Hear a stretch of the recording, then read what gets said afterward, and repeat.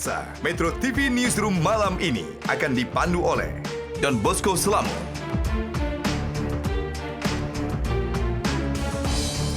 Kania Sutisnawinata,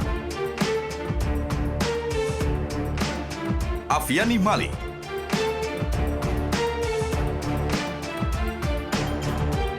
Ade Mulya.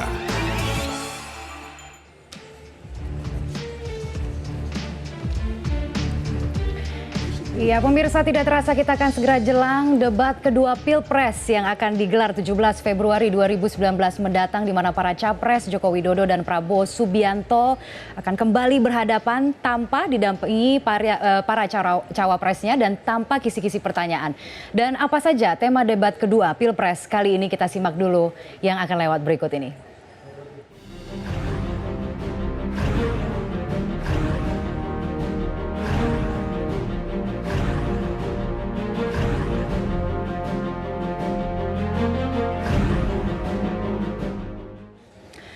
Ya, pemirsa, pangan, energi, infrastruktur, sumber daya alam, dan lingkungan hidup adalah tema yang akan diangkat pada debat kedua Pilpres ini. Tema yang diperkirakan akan memicu perdebatan hangat di mana masing-masing kubu akan beradu argumen dan gagasan untuk menjawab sejumlah isu di bidang-bidang tersebut. Kita akan lihat seperti apa penguasaan dari masing-masing capres karena mereka harus berhadapan secara head to head, tidak ada lagi pendampingan dari para cawapresnya. Dan ini adalah isu-isu yang strategis, isu-isu yang sebenarnya ada beberapa yang memicu sudah perdebatan hangat saat ini, seperti misalnya infrastruktur. Nah, ini sebuah tarung ulang sebetulnya, tarung ulang dari Pilpres atau debat tahun 2014. Cuman kita lihat apakah tarung ulang ini persis sama dengan tahun 2014 atau ada varian baru. Saya menduga akan ada varian baru, terutama karena Jokowi sebagai petahana pasti sudah banyak hal yang dia kerjakan dan sudah tahu, dan pasti menjelaskan apa yang sudah dilaksanakan. Yang kita tunggu adalah apakah seorang Prabowo sebagai penantang, yang tahun 2014 penantang, sekarang juga jadi penantang, bisa memberikan hal-hal baru yang kemudian bisa membuat dia lebih unggul dari Jokowi sebagai petahana. Sebenarnya kita tunggu itu satu. Yang kedua, saya juga tentu kontennya penting, tapi saya juga ingin tahu betul apakah misalnya suara Jokowi itu akan tonnya seperti debat pertama. Atau lebih tinggi atau lebih rendah. Perkiraannya? Saya juga tidak tahu persis, tapi saya bisa mengerti kalau itu akan dari lebih tinggi. Kenapa? Apalagi kalau terjadi misalnya ada misalnya hal-hal yang berkembang di luar podium debat, seperti beberapa statement yang dilakukan oleh Prabowo itu akan masuk ke situ.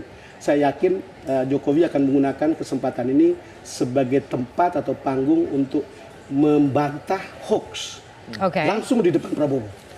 Kalau mau menyambung tadi statementnya Bang Do katakan, apakah kemudian Jokowi akan menggunakan strategi yang sama gitu, akan tampil lebih agresif?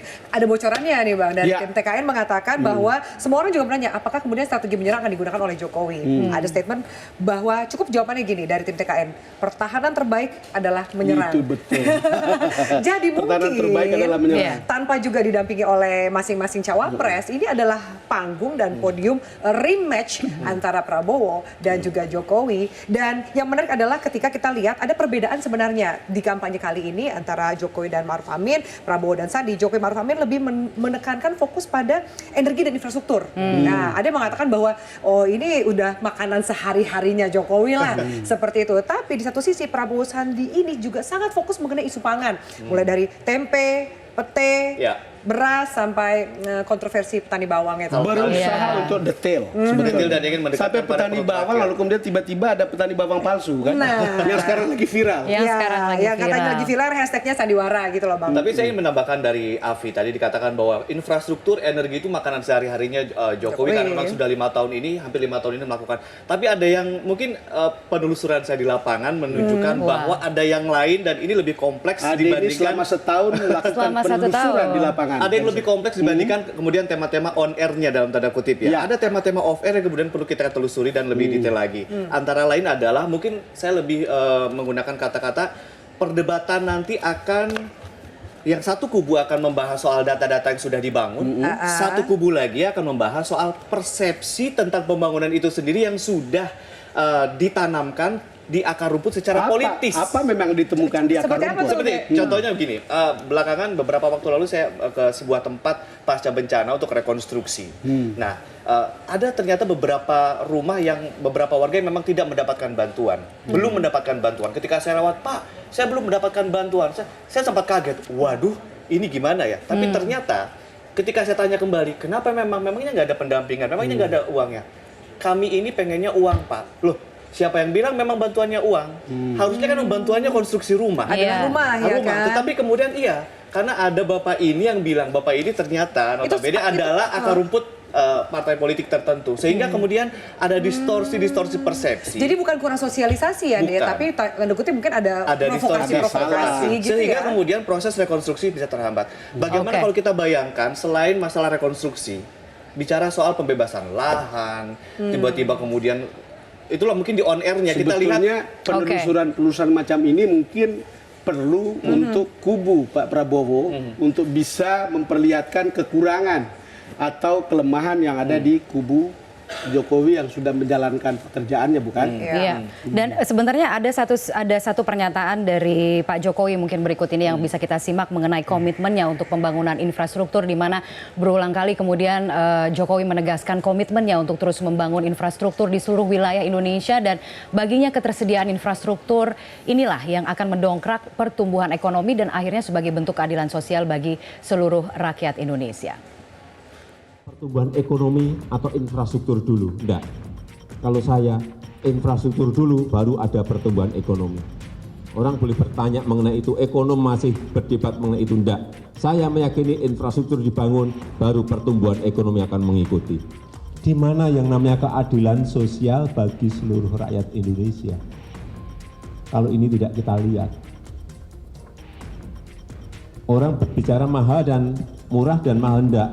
Saya tidak berpikiran murah dan mahal. Ini lagi keadilan sosial bagi seluruh rakyat Indonesia. Iya, Ya, ini seperti itu komitmen kurang gitu lebih ya. yang disampaikan. Itu komitmen yang disampaikan. Jadi Kita kemana-mana. ukurannya itu adalah keadilan sosial bagi seluruh rakyat Indonesia.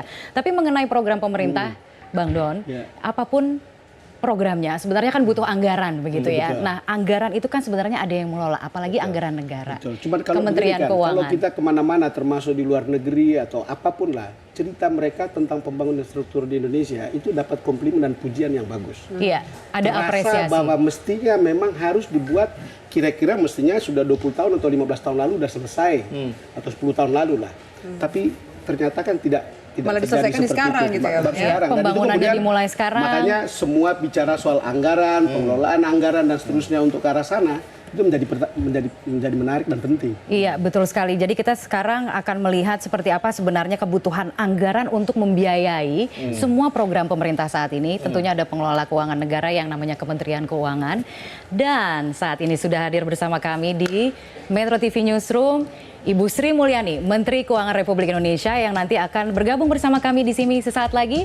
Untuk itu tetaplah bersama kami, pemirsa. Kami akan segera berbincang-bincang dengan Ibu Sri Mulyani, Menteri Keuangan Republik Indonesia di Metro TV Newsroom. Selamat malam Ibu. Terima kasih sudah hadir. Malam ini.